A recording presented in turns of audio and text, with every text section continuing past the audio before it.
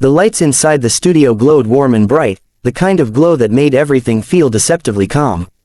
Producers hustled around the set of The View, murmuring last-minute reminders, fixing cables, adjusting microphone packs. But underneath all that busy energy, an undercurrent buzzed, something taut, a little too sharp, a little too quick. Everyone felt it, everyone sensed it. Joy Behar was in one of her unpredictable moods, the kind that made even the most seasoned guest look over their cue cards twice. And today, the guest the producers needed to keep comfortable, desperately, was Luke Bryan. Luke stood backstage, nodding politely at the makeup artist fussing with a stray curl above his forehead. He was relaxed on the surface, hands tucked casually into the pockets of his jeans, humming a melody under his breath. But he wasn't oblivious. He'd done enough live television over the years to know when an interview might go sideways, and the whispers he'd overheard from the crew, "Joy's on edge today, she didn't like the prep notes, just pray Luke doesn't bring up anything political," weren't exactly comforting. Still, Luke prided himself on being able to get along with just about anyone. If things got tense, he could lighten the mood. He always did. A stage manager signaled, "We're ready for you, Luke." He stepped out to the waves of applause, flashing the smile that had charmed millions. As he approached the table, Sarah Haynes waved enthusiastically, Whoopi gave him a welcoming nod, Sonny Hostin smiled warmly, and Joy, well, Joy just eyed him with an unreadable expression, the kind she used when she had already formed an opinion about someone before the show even began. Luke took his seat, and for a moment, everything felt normal. Whoopi kicked off the segment with a question about his latest tour.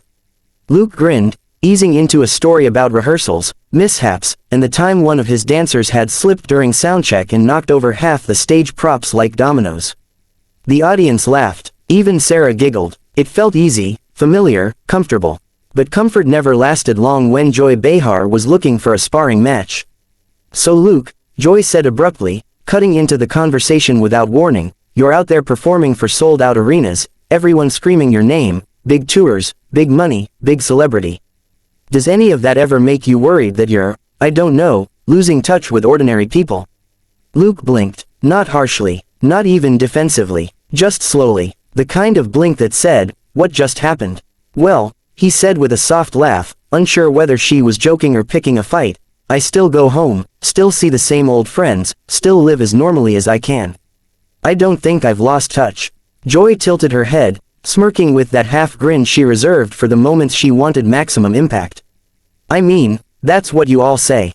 The country singers, the movie stars, the reality show judges. You all pretend to be relatable while living in mansions and taking private flights." Sonny shifted in her seat. Sarah pressed her lips together. Whoopi slowly set her mug down, bracing. "Well, now wait," Luke said, keeping his voice steady, "first of all, I've worked hard for everything I've got. But I don't think having success means you forget where you came from." Joy shot him a look.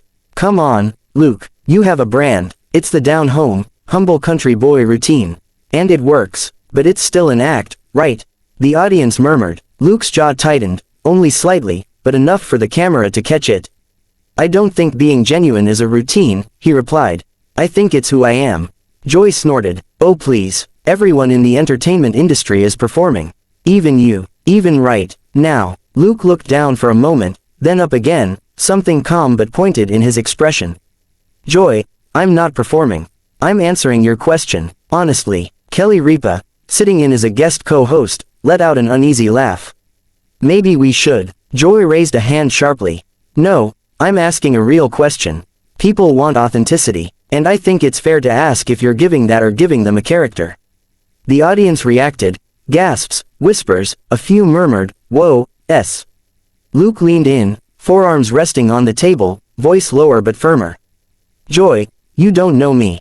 You don't know what my life looks like. You think you can judge someone's character based on a stereotype." Joy didn't flinch. "Oh, I can absolutely judge someone based on their public persona. That's what you sell." Luke laughed, but this time there was no humor. There was only disbelief. "You know, it's funny," he said, "because people tell me all the time that I'm one of the most genuine guys in this business. And I don't say that to brag. I say that because I'm proud of being real." Joy shot back, "Then why does everything feel so rehearsed? So polished, so crafted for fans?" The air crackled. "A live wire." "Maybe," Luke said, Sitting back, you think everything is fake because you're used to picking fights instead of listening. A collective ooze swept across the audience. Joy's eyes narrowed, her expression shifting from argumentative to something more dangerous, wounded pride sharpened into offense. "Oh, that's cute," she snapped. "You think calling me combative is going to get you points with your fans?" Luke shrugged gently. "I'm just telling the truth. You're coming at me for no reason. I didn't come here to be attacked." Joy fired back instantly. "It's not an attack, it's a question. If you can't handle tough questions, maybe you shouldn't be on live TV." The instant Luke's words hit the air, the studio descended into a kind of stunned chaos. The audience froze for a moment, unsure whether to cheer, gasp, or laugh, before murmurs and whispers erupted like a sudden storm. Producers scrambled, frantically signaling camera operators, while stagehands moved nervously along the edges of the set, trying to anticipate every possible reaction. Even Whoopi, seasoned in live television confrontations, leaned forward with a hand on her chin, silently acknowledging that this was a moment no one had expected. Joy sat frozen in her chair, eyes wide, lips parted. Her hand hovered in midair as if she might respond, but no words came. The familiar fire that usually blazed in her gaze flickered uncertainly. She was used to being in control of the conversation, to being the provocateur, to guiding interviews like a conductor with a baton. But Luke Bryan's calm, firm, unapologetic stand had flipped the table in ways she hadn't anticipated. For the first time in years on live television, she didn't have a clear path forward. Luke, meanwhile, remained standing, calm and poised. He adjusted his jacket, glanced around the room, and then back at the cameras with a measured, almost imperceptible nod. It was the kind of demeanor that broadcast confidence without arrogance, the kind of presence that commanded respect simply by existing. The tension in the room was palpable, electrified air hanging between him and Joy like a live wire. The production team scrambled to recover. "Cue commercial," someone shouted. "No, stay live. Get camera 3 on Lorraine." Voices overlapped in frantic chaos. The director's headset buzzed continuously as assistants yelled instructions to the crew. A producer whispered frantically into a microphone, "We need a contingency plan, now." Joy's hands clenched against the armrests of her chair. Her breath came fast, shallow, a sign of both anger and shock. She had been cornered publicly in a way she hadn't experienced in decades, and the realization of how quickly her authority on the show had been challenged seemed to knock the air out of her. She opened her mouth to speak, then closed it, then opened it again. Each attempt was met with Luke's calm, steady gaze, unwavering and unyielding. Finally, unable to contain her frustration, she rose abruptly. The chair scraped loudly against the studio floor, a sound that seemed disproportionately loud in the tense, quieting studio.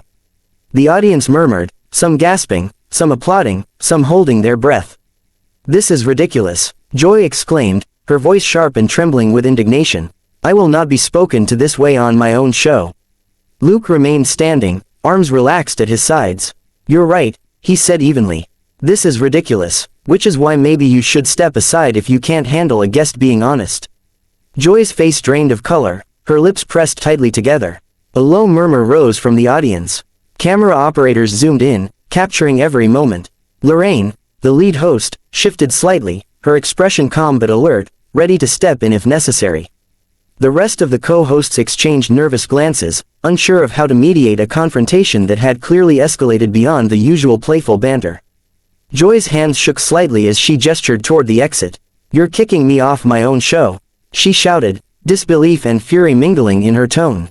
"You can't just—" "I didn't kick you off," Luke interrupted, voice measured but firm. "You just made it very clear that you don't want to continue this conversation. So maybe you need to take a break. Calm down. Think about it." The crew froze. The audience leaned forward, captivated. This was unprecedented. A daytime television legend, publicly silenced and outmaneuvered by a guest. The irony was almost cinematic. Joy opened her mouth to respond again, but her words faltered. The realization sank in. Luke Bryan had not raised his voice, had not resorted to theatrics, had not tried to humiliate her with insults. He had simply stood his ground and refused to be bullied. And in doing so, he had shifted the power in the room entirely. You can't just," she began again, but her voice faltered. Her hands went to her hips, then dropped limply by her sides. The air in the studio seemed impossibly thick. Luke took a step back, giving her space but maintaining eye contact. I can, he said softly.